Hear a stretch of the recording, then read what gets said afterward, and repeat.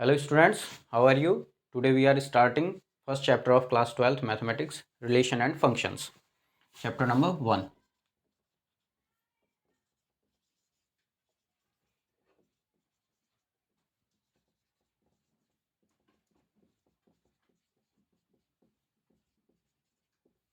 ये चैप्टर आप लोगों ने क्लास 11th में भी इसका बेसिक आपने पढ़ा हुआ है। क्लास 11th में रिलेशंस के बारे में जब आपने पढ़ा था तो वहाँ सबसे पहला एक टॉपिक आता है ऑर्डर्ड पेयर।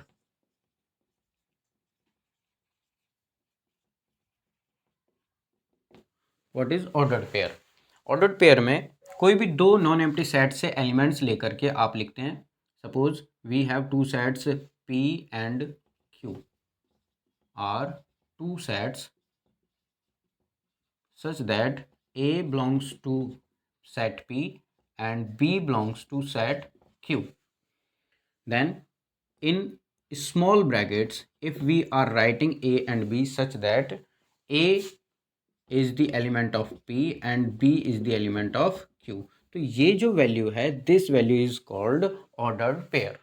ओके दो एलिमेंट्स को एक स्मॉल ब्रैकेट के अंदर एक रूल के अकॉर्डिंग, रूल क्या है यहाँ पर, first element belongs to P and second element belongs to Q, इस रूल से हमने इसको लिखा है। तो ये रूल जो है ये इस रूल से ये ऑर्डर्ड पेयर है। दूसरा हमने पढ़ा था उसमें कार्टेशियन प्रोडक्ट।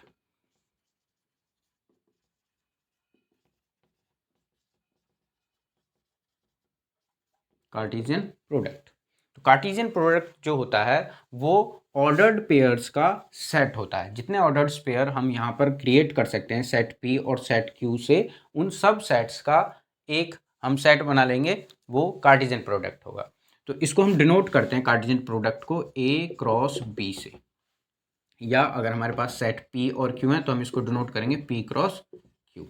देखिए यहाँ पर हमने दो साइड्स ले लिए A and B, A and B are two sets। तो इसमें एलिमेंट्स लिए हमने, A सेट में एलिमेंट्स ले लिया हमने A, B, C, और सेट B में एलिमेंट्स लिए हमने 1, 2। तो जो इनका कार्टेशियन प्रोडक्ट है, मैं आपको उसको कैलकुलेट करके दिखाता हूँ कैसे आप कार्टेशियन प्रोडक्ट कैलकुलेट करेंगे। एक तरफ लिख लीजिए A के elements A, B and C, और एक तरफ लिख लीजिए B के एलिमेंट्स 1 एंड 2। अब हमें इनका कार्टेशियन प्रोडक्ट यहाँ पर देखना है क्या होगा। तो कार्टेशियन प्रोडक्ट में क्या करेंगे, A को पहले 1 के साथ और फिर 2 के साथ लिख लेंगे। तो ये ऑर्डर्ड पेयर हमने यहाँ बनाया A, 1 और A, 2। फिर उसके बाद B जो एलिमेंट है उसको 1 के साथ और 2 के साथ लिखेंगे। तो ये एक ऑर्डर्ड पेयर बनेगा B, 1 एंड B, 2। फिर थर्ड एलिमेंट है हमारे पास में सी के लिए लिखेंगे आप C के साथ में 1 और C के साथ में 2। तो ये हो जाएगा यहाँ पर C, 1 एंड C, 2। ये ऑर्डर्ड पेयर्स हमने A और B के साथ में बना करके लिख लिए। इनको बस आप एक सेट के अंदर क्लोज करके लिख दीजिए। This will be Cartesian product of A and B। ये दो बेसिक टर्म्स थी 11th क्लास से, हमें यहाँ पर 12th का रिलेशन एंड फंक्शन पढ़ने के लिए इनका कहीं इसका यूज़ होता है, तो मैंने पहले आपको ये रिमाइंड करा दी। नेक्स्ट, अब इसके बाद हम पढ़ेंगे what is relation. Now what is relation, पहले मैं एक एग्जांपल आपको देता हूँ डेली लाइफ से, सोशल लाइफ से, अपने फैमिली से। जैसे सपोज कीजिए हम एक पर्सन की बात करते हैं, Ram is son of king Dasharath. तो यहाँ आप देखेंगे कि एक पर्सन है राम और एक पर्सन है किंग दशरथ, उन दोनों के बीच में जो रिलेशन है वो सन का है। Ram is son of king Dasharath. तो ये एक रिलेशन है, ये हमारी सोशल लाइफ का एक रिलेशन है कि एक पर्सन किसी अदर पर्सन का बेटा है यहाँ पर। तो ऐसे ही मैथमेटिक्स में रिलेशंस होते हैं, जैसे हम दो एलिमेंट्स को कंपेयर कर रहे हैं 2 एंड 3, तो अब इनमें क्या रिलेशन है, काफ़ी सारे रिलेशन हम यहाँ डिफाइन कर सकते हैं कि 2 एंड 3 आर कॉन्जिक्यूटिव्स। एक वर्ड यहाँ हमने यूज़ किया कॉन्जिक्यूटिव, तो 2 और 3 कॉन्जिक्यूटिव है। आप ये भी कह सकते हैं 2 इज लेस देन 3। एक और यहाँ पर आपने रिलेशन देखा लेस देन का। आप इसको 3 की तरफ से पढ़ेंगे, you can write it 3 is greater than 2, तो यहाँ एक रिलेशन हुआ ग्रेटर का।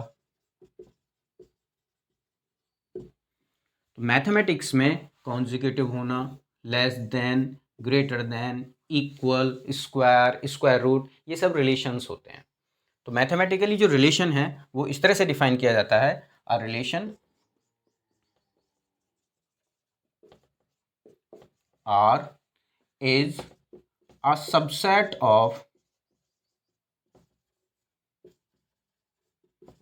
Cartesian product of two non-empty sets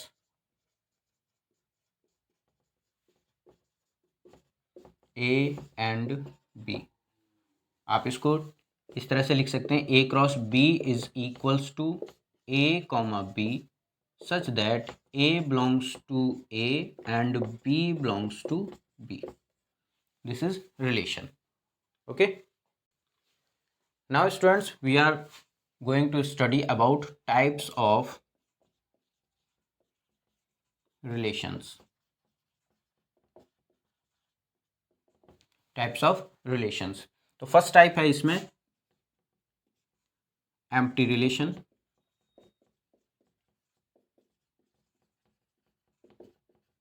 अभी एम्प्टी रिलेशन क्या होते हैं इसके बारे में हम पढ़ते हैं। सपोज करते हैं, एक कंसिडर कर रहे हैं हम, एक एग्जांपल है। Suppose A is set in which 1 2 3 and 4 these are elements of set A and a relation is equals to A comma B such that A minus B is equals to 10। ये एक relation है। अब हमें इस relation के अंदर इस set से देखना है कितने एलिमेंट्स इसको फॉलो करते हैं, कितने एलिमेंट्स होंगे जो इस सेट को फॉलो करेंगे, इसकी बात मानेंगे। तो यहाँ पर ए और बी की वैल्यूज़ ले लीजिए। Suppose A is equals to 1 and B is equals to 2। तो जब आप ए और बी को देखते हैं 1 और 2 के साथ में, इस रिलेशन के अकॉर्डिंग अब आप लिखेंगे A minus B is equals to 1 minus 2 which is equals to -1। But relation में क्या कहा गया था कि a माइनस बी जो है वो 10 होना चाहिए, लेकिन यहाँ पर 10 नहीं है। तो इसका मतलब ये हुआ, अगर हम एक ऑर्डर्ड पेयर 1, 2 लेते हैं, वो इस रिलेशन को सेटिस्फाई नहीं करता है। इसका मतलब 1, 2 इस रिलेशन का एलिमेंट नहीं है। दूसरा लेते हैं, जैसे यहाँ 4 है और 1 है, 4 और 1 ले लेते हैं। a इज इक्वल्स टू 4 और b is equals to 1। Now a minus b is equals to 4 minus 1 which is equals to 3। Again यहाँ पर a माइनस बी 10 है, लेकिन हमें यहाँ पर क्या मिला 3। तो जैसे 1, 2 ने इस रिलेशन को बिलोंग नहीं किया था, ऐसे ही 4, 1 भी इस रिलेशन को बिलोंग नहीं कर रहा है। अब स्टूडेंट्स आप सभी एलिमेंट्स को देख लीजिए। 3 में से 4 माइनस करेंगे, -1 आएगा, वो 10 के इक्वल नहीं है। 2 में से 3 को माइनस करेंगे, वो भी 10 के इक्वल नहीं आएगा। कहने का मतलब ये है कि ए के कोई भी एलिमेंट जो है वो इस रिलेशन को सेटिस्फाई नहीं कर रहा है। तो इसका मतलब ये हुआ कि आर जो आप ऑर्डर्ड पेयर बनाना चाह रहे हैं उसके अंदर कोई भी एलिमेंट नहीं आएगा। ये एक नल सेट बनेगा। क्या बनेगा? ये नल सेट बनेगा। नल सेट है, इट मीन्स ऐसे रिलेशन को हम कहते हैं एम्प्टी रिलेशन। ऐसा रिलेशन जिस रिलेशन में सेट का कोई भी एलिमेंट उस रिलेशन को सेटिस्फाई नहीं करता हो, ऐसे रिलेशन को हम कहेंगे एम्प्टी रिलेशन। ओके, सेकंड, इसके बाद दूसरा रिलेशन है यूनिवर्सल रिलेशन।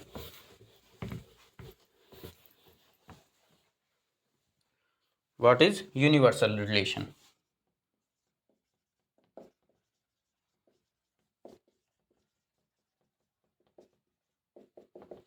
यूनिवर्सल रिलेशन, तो इसमें हम एक सेट फिर कंसीडर कर रहे हैं, ए इज इक्वल्स टू 1 2 3 एंड 4, और रिलेशन यहाँ पर हम दूसरा लेंगे।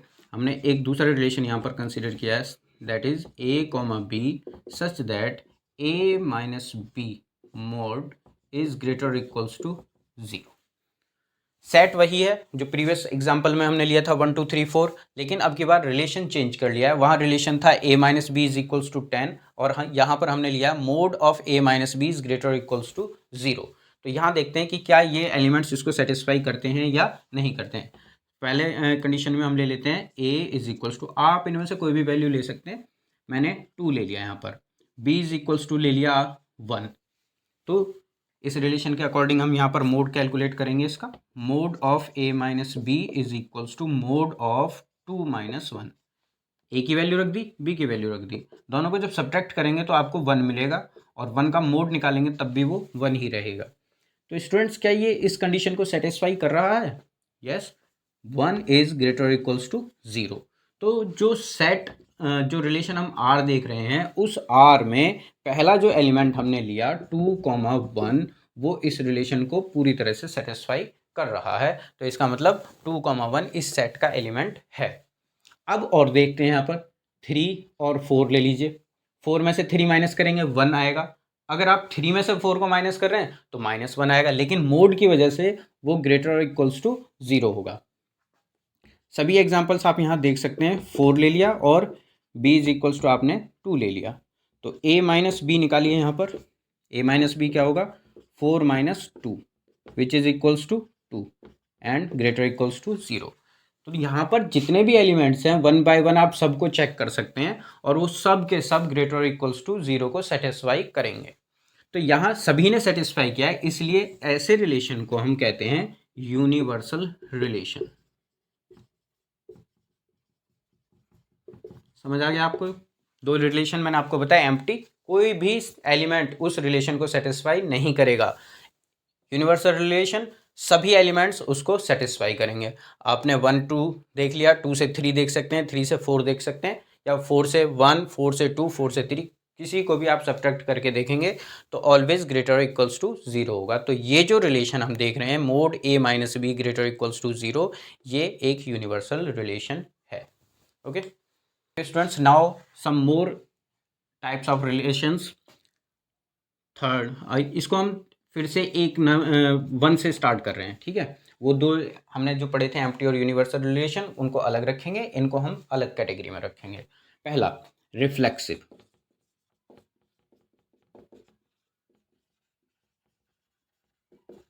Reflexive relation. Students, word reflexive का मीनिंग आप लोग जानते होंगे। रिफ्लेक्सिव मतलब किसी चीज़ का सेम इमेज बनना, ये रिफ्लेक्सिव होता है। तो रिफ्लेक्सिव में क्या होगा कि कोई रिलेशन है तो वो रिलेशन में आप कोई एलिमेंट लेंगे a कॉमा ए, वो उस रिलेशन को सेटिस्फाई करना चाहिए। XYZ कुछ भी रिलेशन है चाहे ये, अगर a comma A same element मतलब खुद का खुद से रिलेशन उस बात को सेटिस्फाई करे तो ये रिफ्लेक्सिव रिलेशन होता है। जैसे आप कोई एक यहाँ पर रिलेशन कंसिडर कर रहे हैं हम इक्वेलिटी का, इक्वेलिटी का रिलेशन देख रहे हैं, तो आप जितने भी एलिमेंट्स देखेंगे a खुद के इक्वल होगा, 2 के इक्वल होगा, 3 के इक्वल होगा, 4 के इक्वल होगा। All satisfy this relation for itself, खुद के लिए ये इस रिलेशन को सेटिस्फाई करते हैं। Okay, second symmetric.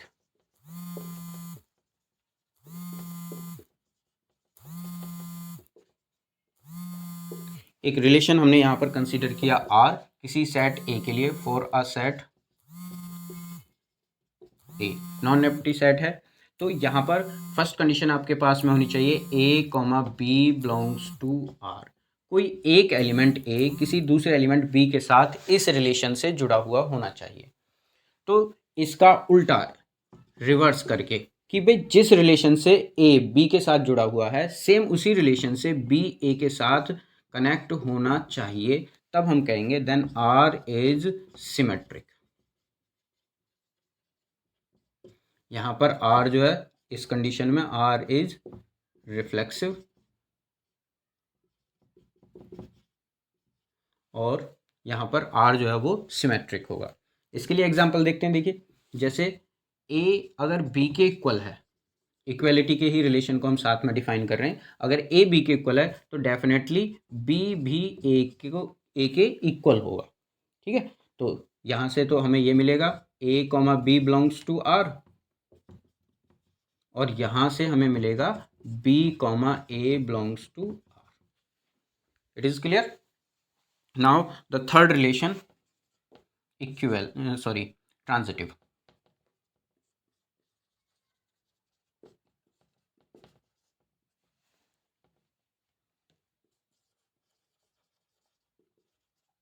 Transitive relation same जैसे हम आर के लिए करते हुए आ रहे हैं, ऐसे यहाँ पर एक आर एक रिलेशन है, is a relation defined on a set ए. किसी सेट ए के लिए वो डिफाइंड है. तो इसके लिए conditions, if A comma B belongs to R and B comma C belongs to R, then A comma C also belongs to R होना चाहिए, तब आर जो होगा वो ट्रांजिटिव रिलेशन होगा. अब इसके लिए देख लेते हैं यहाँ पर इसको कैसे समझेंगे आप. 3 एलिमेंट्स हो गए हमारे पास में, ए बी एंड सी. अब देखो ए बी से कनेक्टेड है, बी सी से कनेक्टेड है, then A should connected to C. A का सी से रिलेशन सेम होना चाहिए जो इन दोनों का था. तो ऐसे में यहाँ पर हम इक्वलिटी का रिलेशन लेकर के चले हुए हैं. मान लीजिए if A is equals to B, तो उसके बाद B is equals to C. इन दोनों इक्वेशन से देखिए, जब बी और बी एक सेम एलिमेंट है, दो अलग अलग एलिमेंट्स के इक्वल है, तो ये यूक्लिड्स ज्योमेट्री से हमें पता है कि अगर दो डिफरेंट वैल्यूज़ किसी एक वैल्यू के इक्वल है तो वो आपस में इक्वल होती हैं. तो इसका मतलब ये हुआ कि A is also belongs to same relation R, hence R is transitive.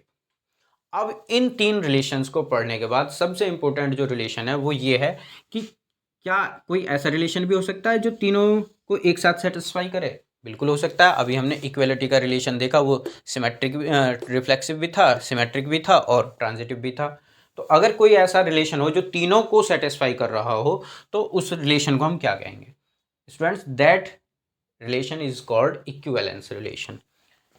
Students अब तक हमने जो पढ़े हैं वो 3 relations, reflexive, symmetric and transitive. लेकिन एक किसी एक रिलेशन में अगर इन तीनों रिलेशंस का कॉम्बिनेशन आ जाए जो तीनों को सेटिस्फाई करता हो, तो ऐसे रिलेशन को हम कहते हैं equivalence relation.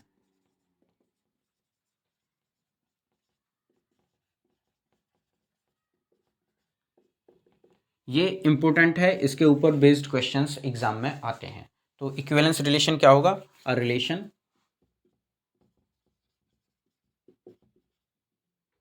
R which is reflexive, symmetric and transitive. तीनों की प्रॉपर्टीज उसके अंदर होनी चाहिए, तो ऐसे रिलेशन को हम कहेंगे इक्विवेलेंस रिलेशन. जैसे अभी हमने पढ़ा था इक्वेलिटी के लिए, इक्वेलिटी में तीनों रिलेशंस को उसने सेटिस्फाई किया था, तो इक्वेलिटी जो है वो रिलेशन इक्विवेलेंस रिलेशन है. Okay, now